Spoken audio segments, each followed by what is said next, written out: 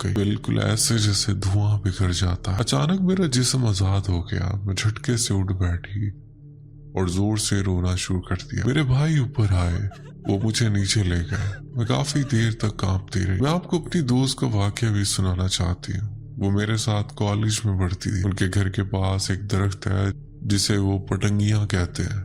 गर्मियों में उन पर फल लगते हैं, लेकिन अजीब बात यह थी कि सर्दियों में भी उनकी छत पर वो फल गिरते थे। खुद में एक सवाल था। एक दिन शाम के वक्त वो नहा कर अपने बाल खुले छोड़कर गिराज में गए। वो मगरिब का वक्त था। पहाड़ी इलाकों में मगरिब के बाद हवा का अंदाज बदल जाता है। वो वापस आई तो उसकी तबीयत अजीब होने लगी। घर में कोई नमाज पढ़ता तो वो चीखने लगती। वो लेटी होती और अचानक फ्रीज हो जाती। हिल भी नहीं सकती थी, नमाज नहीं पढ़ पा रही थी। उसके पेट में शदीद दर्द रहता था। डॉक्टर्स के पास ले गए। डॉक्टर्स ने कहा कोई बीमारी नहीं है, मगर वो दिन ब दिन कमजोर होती जा रही। उसकी बड़ी बहन उसे पीर साहब के पास ले गए। उन्होंने पानी दिया और कहा पियो भी और अपने ऊपर छिड़क कर गुस्ल में भी डालना। जैसे उसने पानी पिया और गुस्ल किया, वो चीज जाहिर होना शुरू हो गई। वो बच्चों में बात करने लगी। घर वाले समझ नहीं पा रहे थे, सिर्फ इसके भाई को चंद अल्फाज समझ आ रहे। वो कहती थी मैं सबको मार दूंगी, उसे छोड़कर नहीं जाऊंगी। ये कैफियत 3-4 महीने रही। आखिरकार बड़े आलिम के पास ले जाया गया। रास्ते में ही उसे हाजिरी हो गई। वो चीखी मुझे कहाँ ले जा रहे हो, मुझे नहीं जाना। आलिम ने उस चीज से बात की। उसने कहा ये मगरिब के वक्त बाल खुले छोड़कर बाहर थी, मैं तब इसके अंदर आई। पहले वो जाने को तैयार नहीं थी। फिर उसने शर्त रखी इतने किलो मिठाई छत पर रख दो। घर वालों ने रखा और कुछ दिन बाद वो बेहतर होने लगा। अब वो काफी हद तक ठीक है, कमजोर है। इसी वजह से उसने फर्स्ट ईयर के पेपर्स भी नहीं दिए, मगर वो 5 वक्त की नमाज पढ़ती और आहिस्ता आहिस्ता बेहतर हो रही थी। मेरी स्टोरी उम्मीद है आप लाजमी शामिल करेंगे। बहुत शुक्रिया। बढ़ते हैं एक और स्टोरी की तरफ। मेरा नाम अब्दुल बासित है और मेरा ताल्लुक बलूचिस्तान के शहर क्वेटा से है। हमारा असल गांव हरनाई है। एक ऐसा इलाका जहां आज भी पहाड़, वीरान जमीनें और रात की खामोशी इंसान के दिल में अजीब सा खौफ पैदा कर देती है। मैं जो वाकया आपको सुनाने जा रहा हूँ ये मेरे नाना के साथ पेश आया था और आज भी हमारे घर में उस रात का जिक्र हो तो बुजुर्गों के चेहरे संजीदा हो जाते हैं। ये उस जमाने की बात है जब गांव में बिजली नहीं थी। रात का मतलब होता था मुकम्मल अंधेरा। रोशनी का सहारा सिर्फ चांद और मोमबत्ती होती थी। गांव के किसानों का मामूल ये था कि वो अपनी बारी के मुताबिक खेतों में पानी छोड़ते थे।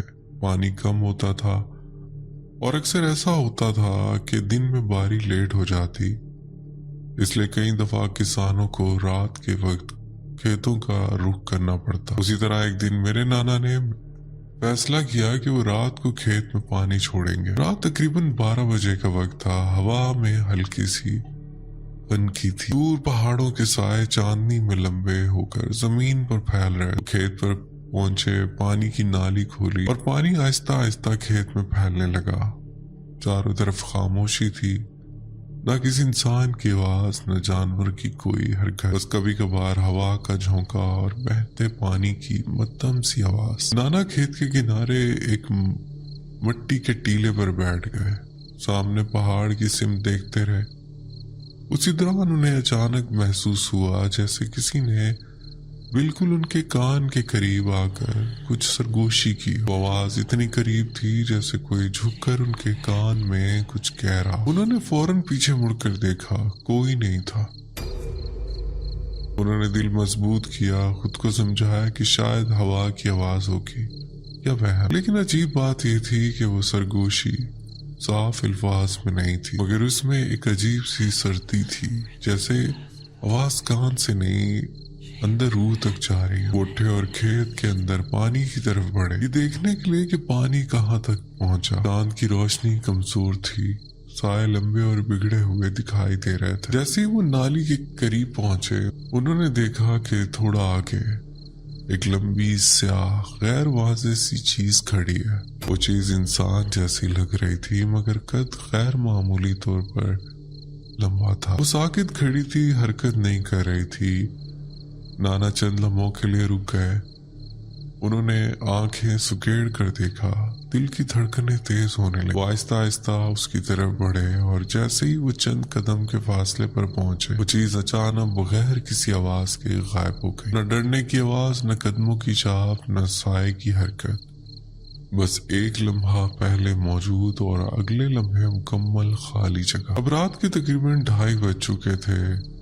उस वक्त फिजा पहले से ज्यादा भारी महसूस हो रही थी। उन्होंने पानी को दोबारा जायजा लिया, खुद को मजबूत जाहिर करने की कोशिश की और वापस आकर अपनी जगह बैठ गए। लेकिन इस बार मंजर कुछ और था। उन्होंने पहाड़ की चोटी की तरफ देखा और जो उन्होंने देखा वो उनकी जिंदगी का सबसे खौफनाक लम्हा था। पहाड़ की बुलंदी पर एक गैर मामूली लंबे कद की औरत खड़ी थी। सफेद नहीं, काली नहीं, बल्कि चांदनी में अजीब धुंधली। उसके बाल बिखरे हुए थे और वो जोर जोर से हंस रही थी।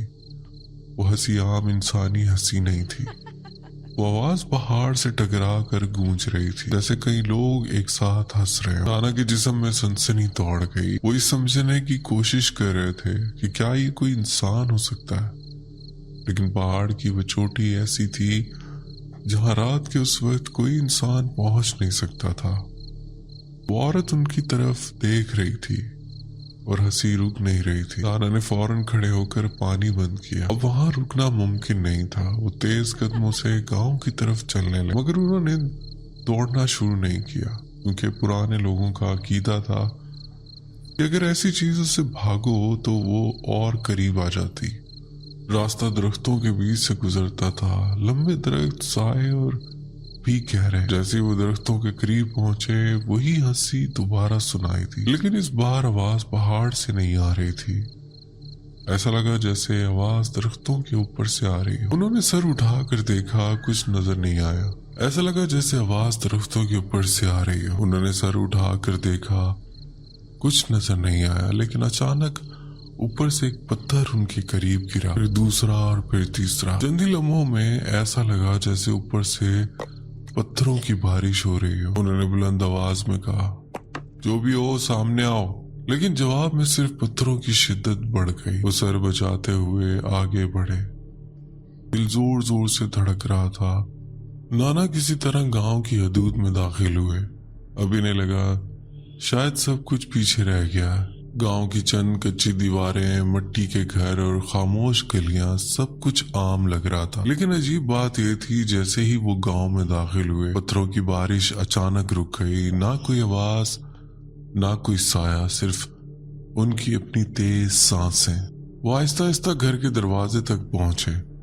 दरवाजा खोला, अंदर दाखिल हुए और आहिस्तगी से कुंडी लगा दी। घर में मुकम्मल खामोशी थी। सब सो रहे थे। उस जमाने में बिजली नहीं थी, इसलिए पूरा घर अंधेरे में डूबा हुआ था। इन्होंने किसी को नहीं जगाया, ना किसी को आवाज दी। वो नहीं चाहते थे कि घर वालों में खौफ फैले। वो सीधे अपने कमरे में गए, दरवाजा बंद किया और चारपाई पर बैठ गए। दिल की धड़कनें अभी भी मामूल पर नहीं आई थी। इन्होंने पानी पिया, चेहरे पर हाथ फेरा और खुद को समझाने की कोशिश की कि शायद वो सब वहम था। लेकिन उसी लम्हे छत पर किसी भारी चीज के गिरने की आवाज आई। वो चौंक कर सीधे बैठ गए। चंद सेकंड खामोशी, फिर दोबारा वही आवाज आई। ऐसा लग रहा था जैसे कोई छत पर चल रहा और कभी कभार पत्थर फेंक रहा हो।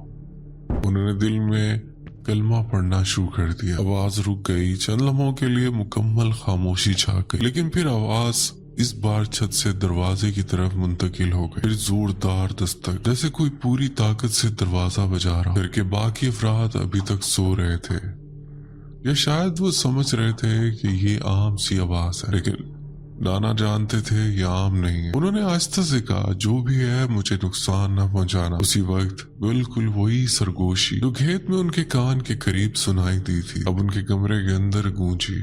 इस बार आवाज ज्यादा साफ थी। अल्फाज वाजे नहीं थे, मगर एहसास ऐसा था जैसे कोई गुस्से में हो, जैसे किसी ने उसकी हदूद में कदम रखा हो। नाना का जिस्म पसीने में भीग गया। कमरे की हवा अचानक ठंडी हो गई। ऐसा महसूस हो रहा था जैसे कोई उनके बिल्कुल पीछे खड़ा हो। उन्होंने हिम्मत नहीं की कि मुड़ कर देखें, सिर्फ कलमा पढ़ते रहे। लम्हों बाद दरवाजे की दस्तक बंद हो गई, छत की आवाज भी खत्म हो गई, मगर सरगोशी वो आहिस्ता आहिस्ता पूरे कमरे में घूमती रही, जैसे कोई दीवार के अंदर चल रहा हो। रात का हर मिनट घंटों जैसा लग रहा था। नाना ने आंखें बंद कर ली और पूरी रात कलमा और दुरूद पढ़ते रहे। फजर के करीब आवाजें मुकम्मल तौर पर खत्म हो गई। सुबह जब सूरज निकला तो सब कुछ आम लग रहा था। परिंदों की आवाजें, गांव के लोग अपने कामों में मसरूफ, लेकिन नाना का चेहरा जर्द था। इन्होंने नाश्ता भी नहीं किया, सीधे खेत की तरफ रवाना हो गए। जब उस जगह पहुंचे जहाँ रात को पत्थर गिरे थे तो वो मंजर देखकर उनके कदम रुक गए। जमीन पर वाकई बड़े बड़े पत्थर पड़े थे, ऐसे पत्थर जो दरख्तों के ऊपर से गिरना आसान नहीं था। वो इलाके के आम कंकर नहीं थे, बल्कि पहाड़ी चट्टानों के टुकड़े लग रहे थे। उन्होंने इर्द गिर्द देखा, दरख्तों पर कोई निशान नहीं था, ना कोई इंसान के कदमों के निशान, बस वो पत्थर। उसके बाद नाना ने कभी रात के वक्त खेत में पानी नहीं छोड़ा और कई सालों तक वो उस वाक़े का जिक्र नहीं करते थे। लेकिन जब कभी खानदान में बात छिड़ती, वो सिर्फ एक जुमला कहते, कुछ जगह इंसानों के लिए नहीं होती। यदि मेरी स्टोरी उम्मीद है आप लाजमी शेयर करेंगे। दोस्तों, उम्मीद है आज की स्टोरीज आपको पसंद आई होंगी। स्टोरीज पसंद आई तो वीडियो को लाइक करना ना भूलिएगा। और अगर आपके साथ खुदा न ख्वास्ता कोई ऐसा खौफनाक वाक़या गुजर चुका है और आप मुझसे शेयर करना चाहते हैं तो डिस्क्रिप्शन में एक व्हाट्सएप नंबर है और एक ईमेल एड्रेस, आप जैसे चाहें लिख कर या वॉइस मैसेज के जरिए मुझसे शेयर कर सकते हैं। अपना ख्याल रखिएगा। अल्लाह।